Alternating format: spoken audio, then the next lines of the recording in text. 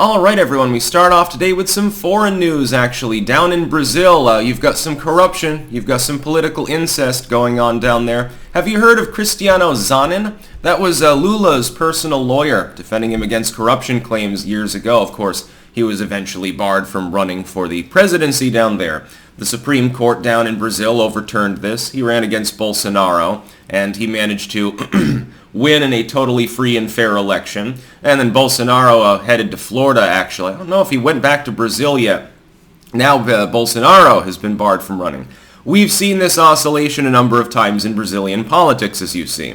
It is a corrupt nation with an infinite capability to generate revenue. I mean, there's no reason why so many Brazilians should have to live in poverty considering the resources that are there. If you didn't have a state-run oil company, you could actually make your oil profitable. Of course, Dilma's out there for a reason as well.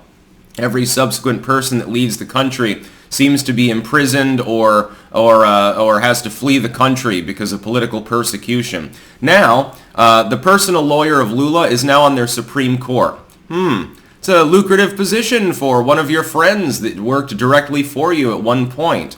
This is totally not untoward, dude.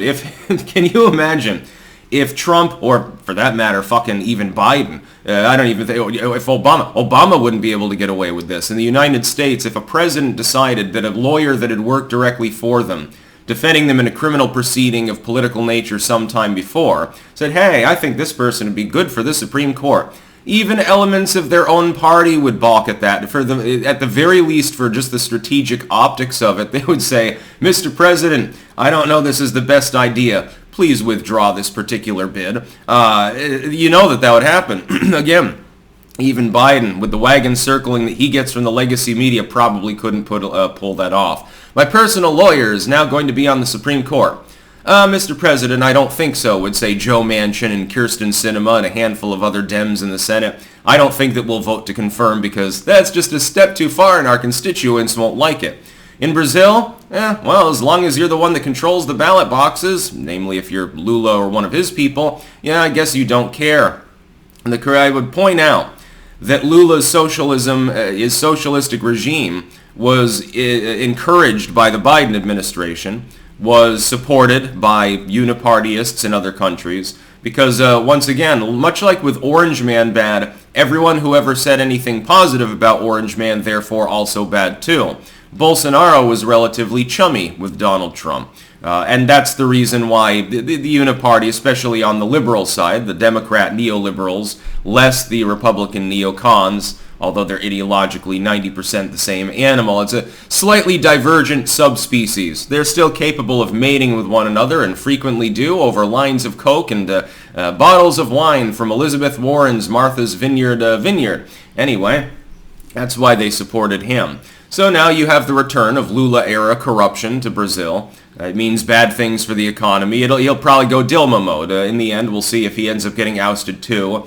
And then yet another regime comes in. If there's any attempt at reform, then you end up with something like happened to Bolsonaro, which is that the person gets canned and then gets prevented from running again by the Supreme Court there, which is something that's normally a hallmark of third world nations, tin horn nations.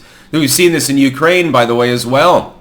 One of the main opposition parties there has been banned from activity in politics. It's inexplicable how this can happen. I mean, at least be more like Germany and simply persecute the outsider parties.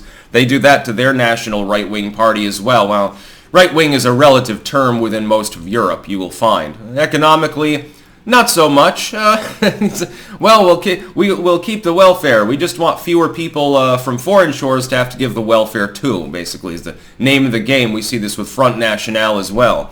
It's not like Le Pen is particularly right-wing on an economic basis. Just more nationalistic in the sense of, hey, we're in France. Let's be French people. Let's force assimilation. It kind of makes sense. Countries have been doing that for a very long time. I found this funny, though, because of its political relation mainly to certain groups within the United States. We know Lula's going to be corrupt. We knew this. I mean, he was on corruption charges before. He himself was banned from running for a significant protracted period of time because he was corrupt. But then Bolsonaro rocked the boat too much, and the leftists that were down there decided to kick him aside, There was some funny business in the Brazilian elections too. In fact, a lot of people worried that there'd be riots, like as in a legitimate insurrection, as opposed to a small-scale riot at the Capitol building. I'm afraid of the country going Dilma mode again, I think, more than anything else. Did happen under Dilma. The protesters at the time weren't castigated as insurrectionists, though. They were considered freedom fighters because they were successful in the end. The Uniparty supported a man who is now taking his own personal lawyer.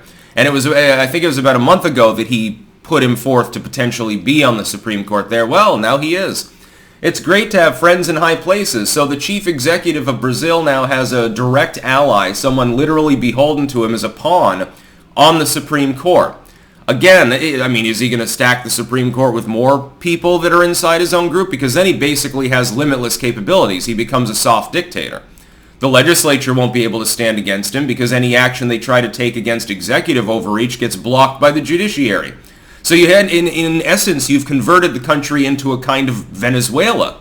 The Venezuelan court system often works hand in hand with Maduro's regime, as it did Chavez before him, to the point where legislative dissidents, you just ban them from office. You kick them out. You arrest them on trumped-up charges, pun fully intended, by the way. This is nepotism and political incest, and it is supported by the powers that be within the United States. I wonder why. Because they want to do the same thing in the U.S. too. They openly proclaim that they want to stack the Supreme Court because Orange Man put 3 people on it, so it's illegitimate because he is too. You'll notice a similar trend in a lot of these countries. A globalistic nexus is forming, and they're all using basically the same strategies. This is just a little bit more hammer-handed when you think about it. It's a little bit more obvious. It's not somebody with all of my ideological principles who obviously doesn't understand the Constitution, as with Ketanji, is put on the Supreme Court to rubber stamp executive authority, or left-wing policies, globalistic policies in the legislative and executive sense, something that's been signed by the president as opposed to an EO. It's even worse than that. This time it's someone who directly worked for him. I'm wondering, dear Brazilian people, why isn't there more outrage at this occurring? I understand that half the country likes the concept of Lula socialism. They want to become, again, a larger, less crazy version of Venezuela, also with less oil, you'll notice, Petrobras aside. I understand that, but why aren't the other people in Brazil at least shaking their heads and commenting on this?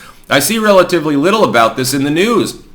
I had to sort of dig through the missing link media to find really much on it, and to talk about the details of, again, Cristiano Zanin's relation to Lula. If you're watching CNN, you wouldn't even know that this is happening. It's not on their foreign news page. They're not talking about it. I don't even know if Fox covered this. I would think that this kind of level of nepotistic socialism would be newsworthy, at least to the controlled opposition network, but somehow it slipped their mind. Why am I not fucking surprised? That's about all. Peace out.